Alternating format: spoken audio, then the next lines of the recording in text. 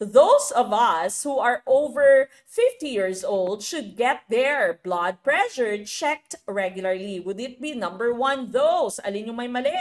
Number 2, there. Number 3, checked. Or number 4, regularly. And ang tumpak na choice po natin here is number 2, no? Those of us. Yung pag yung pinag-uusapan ay tayo, no? Those of us who are over 50 years old should get, it should not have been there, no? It should have been our. Kasi nga kasali yung nagsasalita dito, di ba? So, those of us, tayo, na over 50 years old should get our blood pressure checked regularly. Kasi yung there mo is third person, no? But here, ang nagsasalita po ay kasama sa pinag-uusapan. Okay? So, number 2, there, no? It should have been our for this. Okay? So, number 28, number 2 po ang ating tumpak na choice.